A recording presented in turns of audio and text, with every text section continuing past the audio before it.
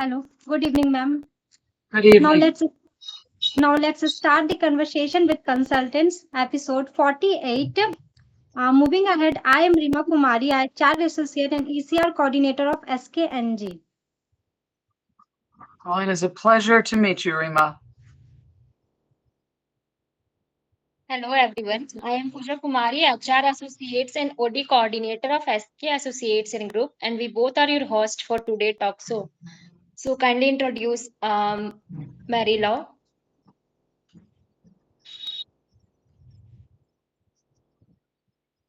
You want me to introduce myself? Is that what you're saying? I can do that. My name is Dr. Mary Lou Frank. I am I'm a psychologist, a mediator.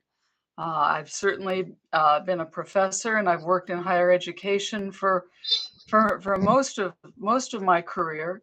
I also have been the president of the International Academy for Dispute Resolution. Continue to work with that group and work with mediators and do mediation training in many different countries, and also have a small consulting group. So I do some consulting, and it's a pleasure to be here today. I've known about the SK Associates Group for some time, and I'm glad you've got an opportunity to bring people together and have conversations, because that's what's really important. It sounds good, ma'am. Moving ahead, the only things that stand between you and your dream is the will to try and believe that is actually possible.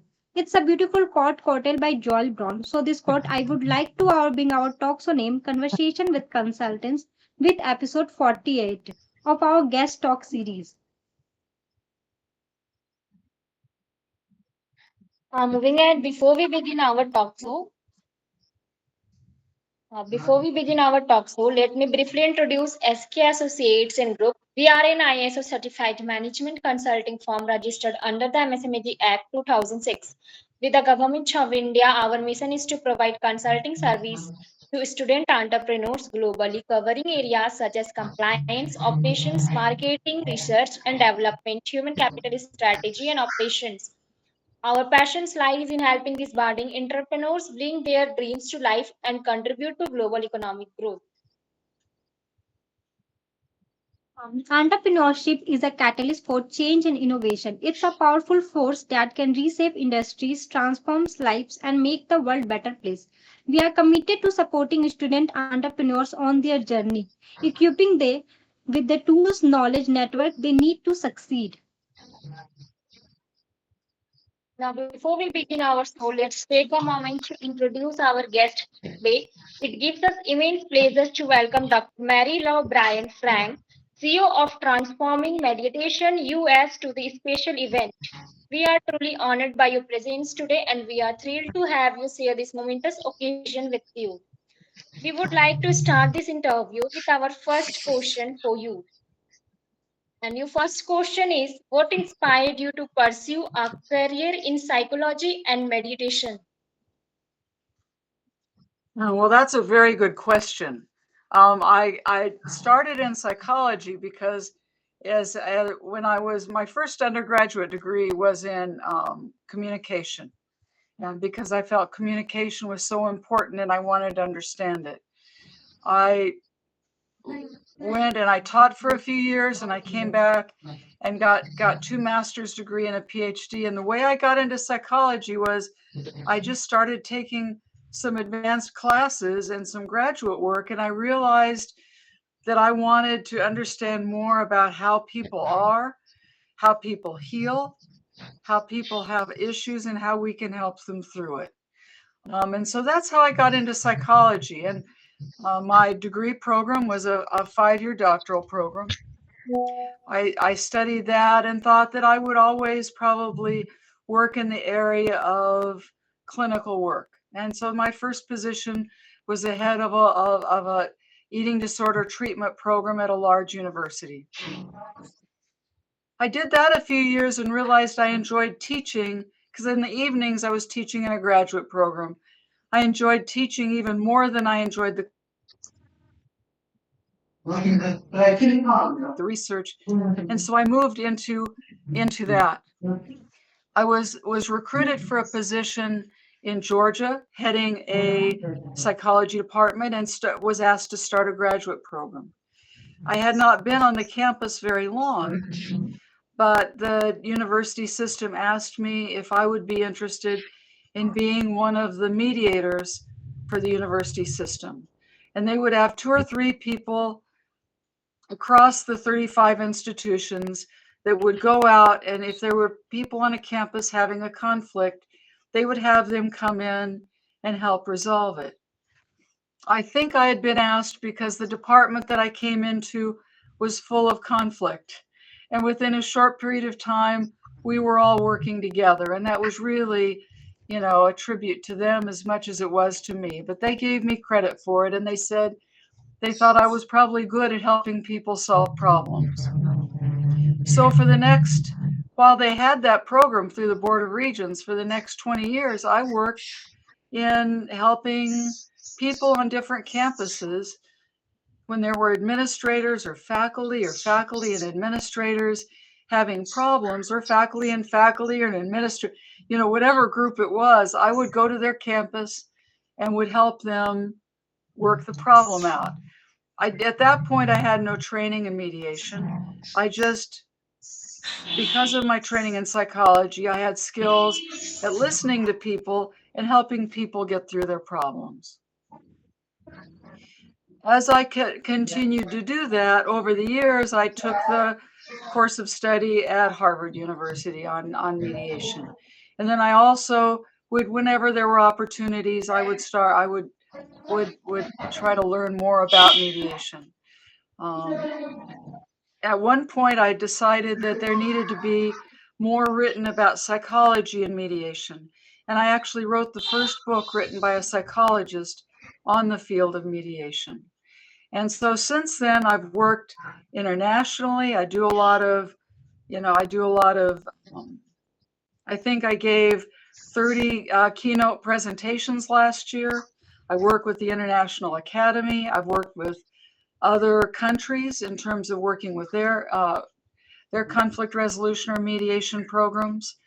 And that's kind of evolved, and I do more work in that. But I see psychology as giving me a framework of understanding people in a way that allows me to use those skills to help other people learn how to mediate. So it's helping kind of integrate psychology in the field of mediation. And that's how I got there. That's where I am today.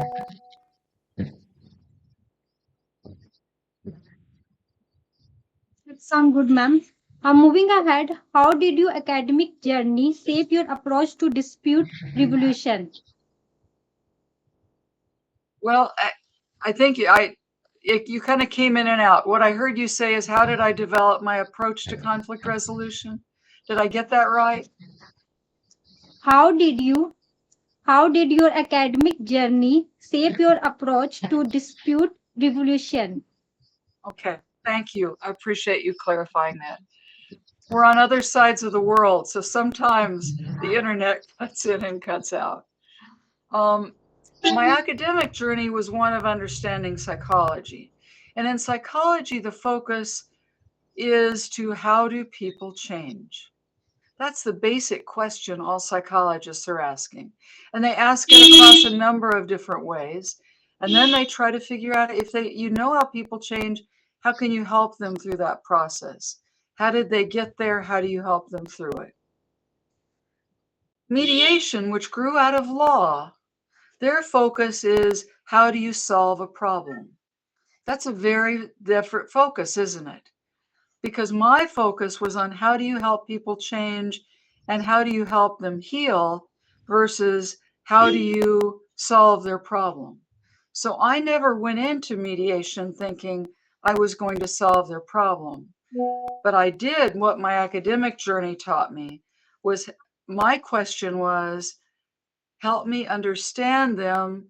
And the way I know people who are in conflict can heal is to learn to listen to each other.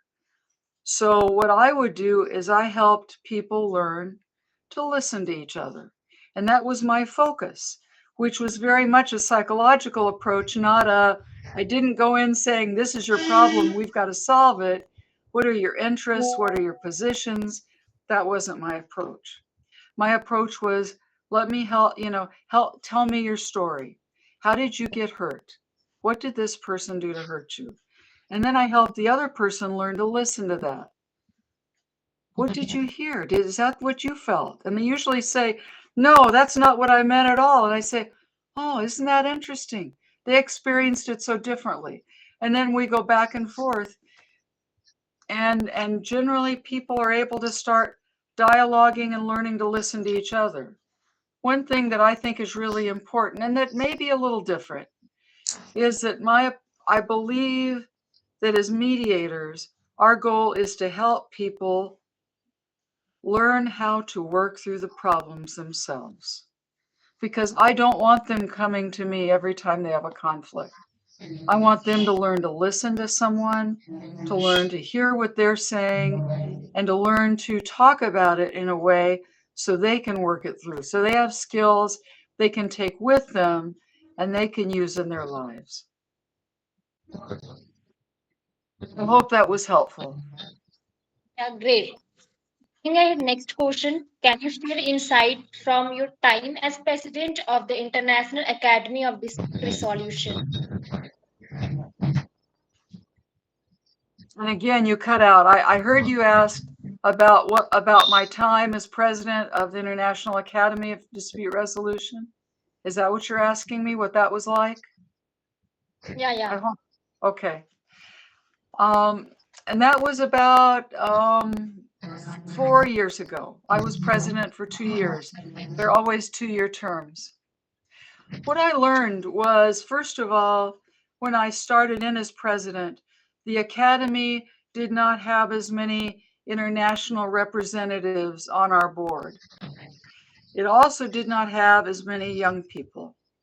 So the first thing that I did was I said, I want to get young people on the board, and I want to make certain that we have more countries represented so that we have lots of ways for us to work together. Now, the main focus of the International Academy of Dispute Resolution is education. And we do that primarily through tournaments that we host all over the world. We actually have a tournament coming up in Bhopal in the next day or two. And we've offered that tournament for, 10, 11 years now. So my goal was to help spread the word, to learn how to work with all the different people from different countries.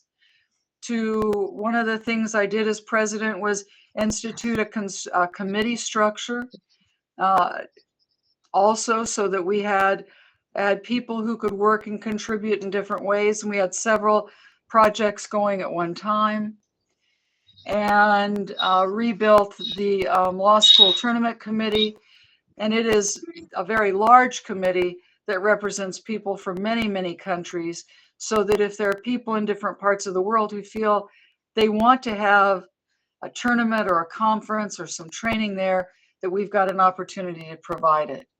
So the opportunity to be president was one I was very humbled to have. I was the first psychologist to ever head an international mediation group like that. So it was an honor to do that. But it was really, what I learned most was how important our relationships are with each other. The connections we have internationally are very important. And that when we start working with people, pretty soon the distance goes away and we are just people working together and hopefully working together for a more peaceful world. It sounds good. What roles do universities play in advancing meditation and dispute resolution education? Please repeat that for me again so I can make sure I No, can. what role do universities play in advancing meditation and dispute resolution education? Thank you so much. I appreciate your kind patience. The connection is good, but not as good as it could be. I think universities play a central role, several different ways. One, in terms of offering programs, and in the States, that's at the both undergraduate and at the law school level. And at graduate level, we have graduate programs that focus on it. So certainly in terms of offering programs, specific academic programs where students can study it, I think universities can also offer programs that are embedded in their university. So when people within their university have conflict, they have means to resolve it other than legalistic or procedural ways that don't always allow people, both sides, to be heard, or the process to allow them to get to work things together and heal the relationship. So universities can work together at the micro level and then at the macro level in terms of programs. And then beyond that, if they start working with other universities in terms of connecting to offer training or offering tournaments and connecting with them that way, that's another way universities play an important role. Let me give you an example. Just a couple of weeks ago, I was in Tbilisi, Georgia, which is a part of the Republic of Georgia, which is not too terribly far from India. And I was there, and that university has really embraced mediation. But when they hosted a tournament, they had students come to that university from all over and professors. And since I've been back here in the States, I've heard from many of them saying, oh, what a wonderful place it was in Tbilisi. Oh, we made so many connections. Oh, I want to go back there. So it builds bridges between professors as well as students and I think ultimately countries. My goal is when I work with students internationally is I believe all of you are the future leaders. You are the promise for a better world. If you learn about mediation and learn that conflicts can be resolved peacefully, when you get in positions of power and leadership, you can use those skills to work with people in a more peaceful way and resolve conflicts without war or without other kinds of issues and really work them out as if we are friends or colleagues.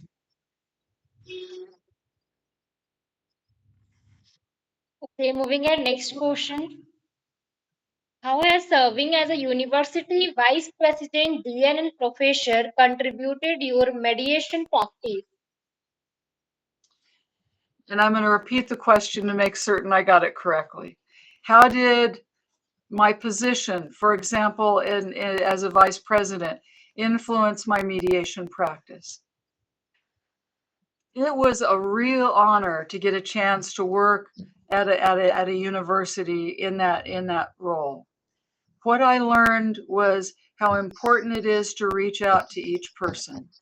Sometimes when you are a vice president or a president or a dean, and I've held different positions, certainly academic vice president and dean, you work with lots and lots of people. So one of the things that I did that I thought that helped me, and it may not help everyone, but I made certain that a part of every one of my days was getting out and walking around and talking to people and students, but talking to faculty and staff and administrators and students on campus. So I get to know who they were, and we all saw that we were a part of the same team. When I, would first get to a campus, I would generally go to, like when I was a dean, I went to all of the people's offices. When I was a department chair, I went to all of my faculty's offices. I did not call them to my office.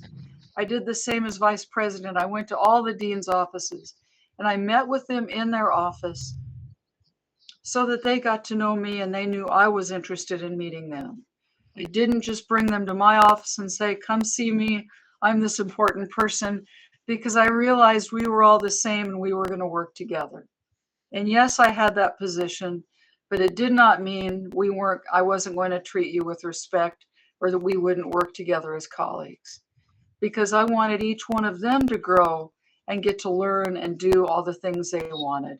I wanted them to know they had my support. And one of the things that mediation gave me was the importance of listening.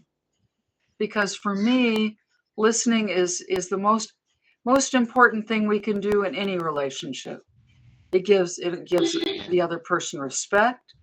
It shows them that we want to hear what they have to say and that we're willing to be with them and work through whatever it is that they have to talk about. And I think that that's probably the most important skill anyone could have.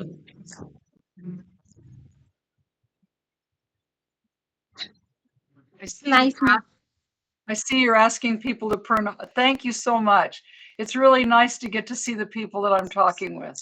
So thank you for turning on your cameras. Moving ahead, your next question is, what key experience in your career have influenced your work in meditation?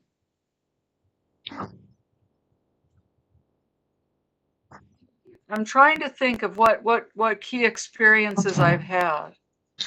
Let me give you one experience. When I came to be a department chair, I came to a department. I said the university system tapped me to be a mediator because there was some conflict. Let me describe what that conflict was. I had very distinguished professors in the department.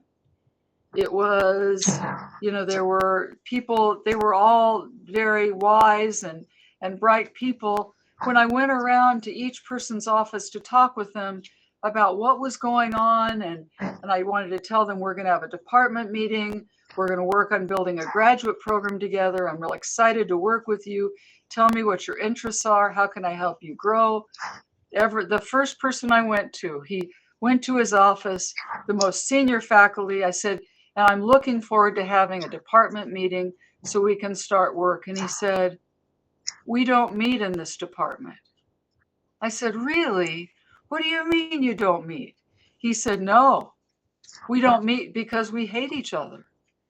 He said, we haven't met for years. The last time we got together, we got in a fight. We came to blows. Some people hit each other. We do not meet, so we will never meet as a department. And I left that meeting and I went and talked to the other department members, and they all told me the same thing. And there was one other female in the department, but the others were all male. And I thought, I'm supposed to pull together this department to build a graduate program, and they don't even want to talk to each other. And they haven't talked to each other for years. Well, this is going to be a challenge. And I thought, what can I do? What can I do to help these people work through this conflict that is now a very deep conflict? And so what I did is a few weeks later, I found out what the most popular restaurant was in town.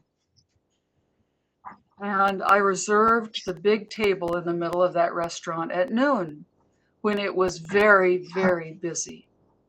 And I invited everybody to lunch. And I said, we're going to have a meeting, but we're meeting at this restaurant and I'm paying for lunch.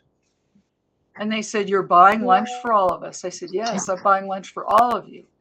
Whatever we order, I said, whatever you order, we're going to meet and we're going to have lunch and we're going to have a meeting. And so at everybody's table, I had a stack of papers and the agenda. They had a folder, what we were going to talk about. And they all came together and the room was full. And they said, do you think we can hear each other? I said, yes, you can. If you pay attention to each person, you're going to be able to hear exactly what they have to say. And I made sure everybody gave their order. And I began the meeting. And nobody yelled at each other. Nobody tried to hit each other. And everybody got through the meeting. And I was finished after we went back to our offices. The key professor that I told you about at the very beginning, he said, that was the best meeting I've ever gone to in years. He said, we heard each other, we got work done. And so for for a couple years, I only met in restaurants.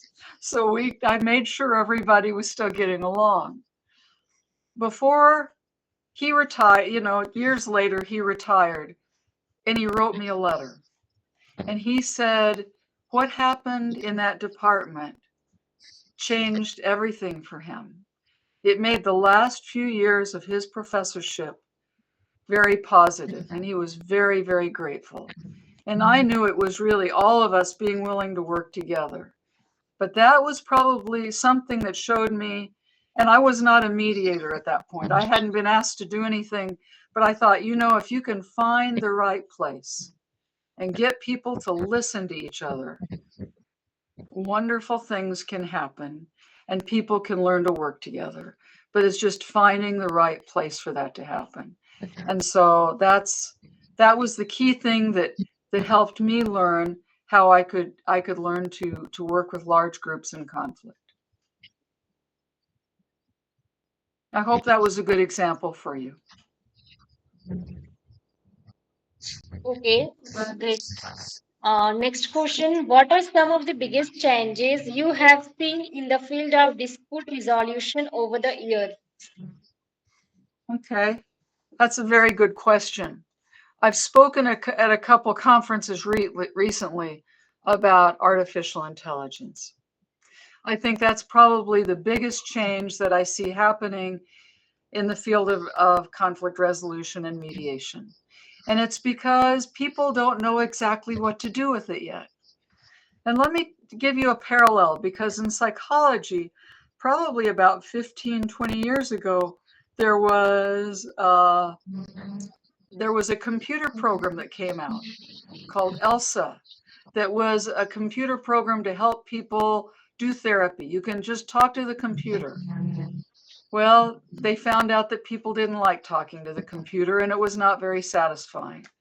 So in psychology, there were some early experiences where it didn't work. Now today, there's some new computer programs that are much better. But I think mediation, one of the things that we're struggling with is how computer programs might be helpful, and when is it going to be important to have real people there doing the mediation. And I know I have a number of colleagues and friends that have written programs that they said you can use in your telephone if you have conflict with somebody, and just have the computer help you resolve it. And if that works for people, I think that's great. The research in that, and as a psychologist, all of my work is informed by research. As a psychologist, what I see happening is it's going to take some time, because people are still going to be key in the process. Because to deal with the emotional complexities, to deal with some of the relationship issues, it's going to take real people sitting there to help people deal with some of those aspects. That's what I think AI is going to be able to help us with.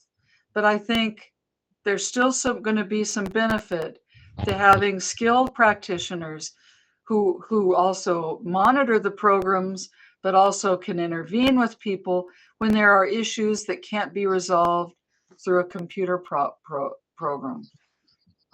I think ultimately, when we deal with relationships, sometimes computers are not geared at this point to be able to understand all of those complexities. And that's okay, because I think having that human element elevates the work we do, and it allows us to help people connect sometimes in some more meaningful ways. So that, I think, is probably the newest thing, and that we're still working on that. It's only been in the last couple of years. It's nice, ma'am. Moving ahead, your next question is, how does cultural background influence meditation approaches? Okay. Cultural background is a key area, and some colleagues of ours wrote a book on culture and mediation just a couple years ago. So it's something I think more and more people are talking about. Probably, when we were first talking about culture and mediation, there was a whole movement to do cultural competency, that people needed to be trained in what the cultural differences were so that they knew how to deal with them when they got in mediation. The research in that showed that was not helpful because it's really difficult, and you all know this. It's very difficult to sit back and say, I know everything about your culture and about your culture and about your culture, because there's so much variability within each culture, isn't there? So now the concept that's coming out in the literature and that we're talking about is one of cultural humility. And that means to try to have some understanding of cultures, but to realize that we don't know everything. And to approach any cultural difference, understanding that there are cultural differences, but also being open to realize we also still have much to learn. Just as I am talking to all of you, and some of you, my guesses, are from India, and I'm from the States. So we come from different cultural backgrounds. I'm aware of that and acknowledge it, but I don't pretend to know everything there is. I worked with a lot of Indian universities from India and have a number of colleagues and friends there, but it does not mean that I know everything about your culture. So it means I still need to approach anything that I'm talking about where there's a difference with humility and openness to learn, and realize that I can be very wrong about things too, because there are individual differences as well as there are cultural and regional differences. I hope that's helpful. Yeah. So your next question is, what are the most common challenges mediator face in resolving disputes? That's a very good question, which was what are the most common challenges? And I will give you one challenge that most mediators struggle with. People struggle with dealing with emotions. I will do an advanced mediation training on people who've been mediators a long time, and I will say, so what is it that you really struggle with? Actually, let me back up. What I will do first is I will give them the research. The research says, and there's been research out of the States, research internationally, that what people want when they're dealing with conflict is they want to be in the same room or on the same screen together so they can talk with the other person they're in conflict with. And that is not what mediators do. Most mediators in this country and internationally have gotten to the point where what they do is they separate them. And so they do shuttle negotiation. They don't do mediation. They do shuttle negotiation. And I asked them, why do you do that? Well, that's not effective. And they said, we do that because we don't like to deal with conflict. And I said, what about the conflict don't you like? And they said, it's the emotions, because the people get mad and they yell at each other. I said, when you're dealing with people in conflict, they're going to get mad and yell at each other. That's just normal. You expect that. But what we need to do is learn to deal with our own emotions. We need to get comfortable with people being upset. We also need to learn to deal with our own anger so that when we see it in other people, we aren't afraid. We can't be afraid of it.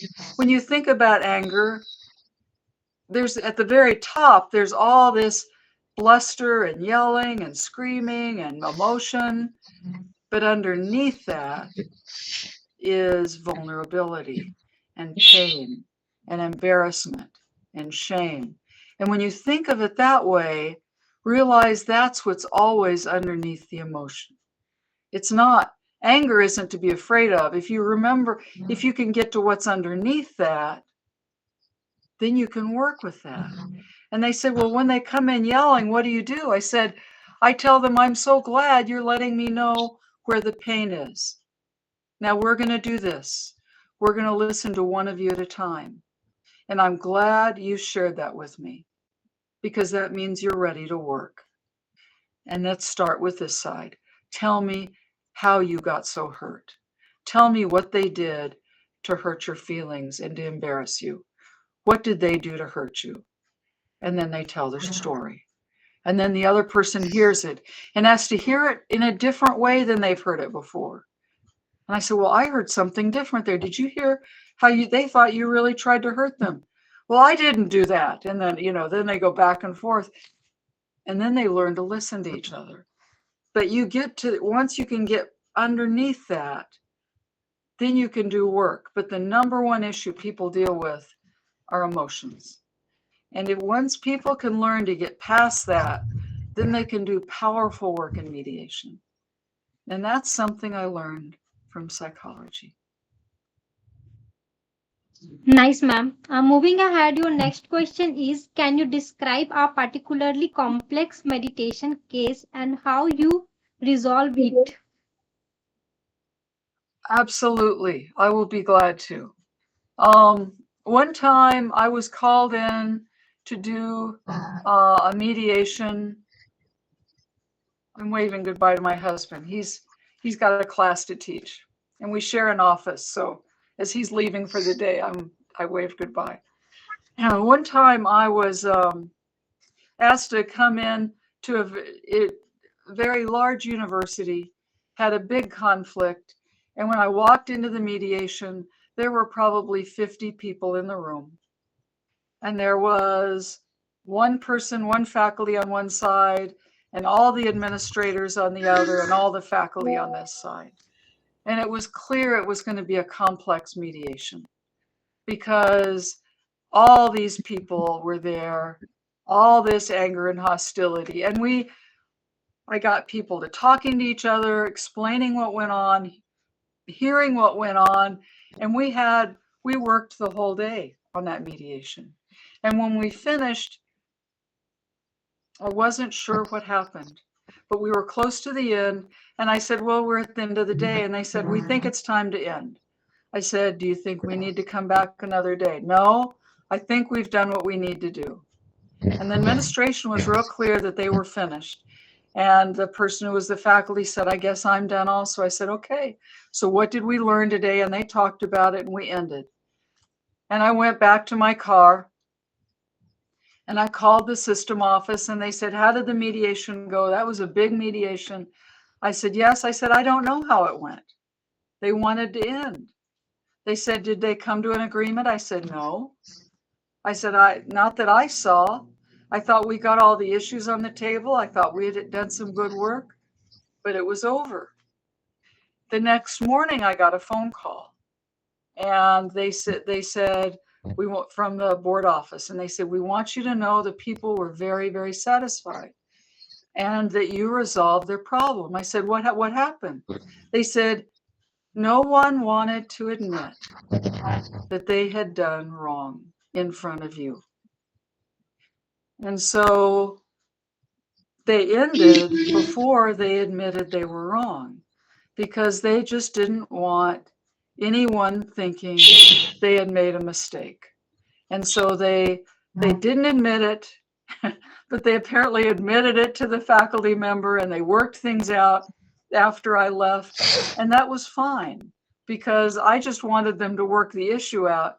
I did think it was really interesting that they didn't want anybody to know that they had made a mistake because what's real and what's honest is we all make mistakes. And that when we are able to be strong enough and be able to admit we've made a mistake, that shows our maturity. But sometimes it's really hard for big organizations or major players to admit they've done something wrong. And so they find other ways to deal with it. But I thought that was really interesting because it was a complex mediation that I thought we worked things through, but when they ended it, I thought, okay, we're done. Maybe we didn't. Maybe they'll bring somebody else in to finish it. But it was finished. It's just they didn't want anyone from the outside to know that they had made a mistake. So that was interesting. I thought that was an interesting mediation. Great. Next question is, What are the key qualities that make a great mediator? Qualities that make a great mediator. Oh, I don't know, but I can give you some things that are very helpful. You know, having somebody who's really good at listening is very important. And that means not just listening to the words, but listening to what's underneath the words. Listening to what the person is really saying and what they're not saying. Sometimes what they're not saying is just as important. Somebody who knows how to look at, you know, that communication piece that includes body language and all the other ways we communicate. Somebody who's good at understanding that. Somebody who has compassion. Because I think you need somebody who sits back and can see potential and understand both sides have a viable position and be able to look past sometimes the bluster and all of the other things that are going on to be able to have that. I think, you know, understand somebody who understands emotions, who understands, you know, who understands basically, you know, the what conflict is all about, and what the different part roles of conflict can be, how people can get in and out of conflict.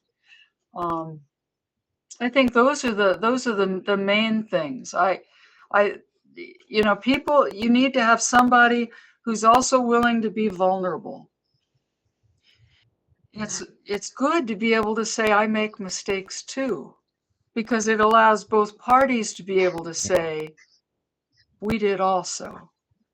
Because when you have somebody comes in and says I'm a perfect mediator, I've got 100% record at thousands of mediations, and they never say they've made a mistake, well, then how are other people going to be able to admit it also?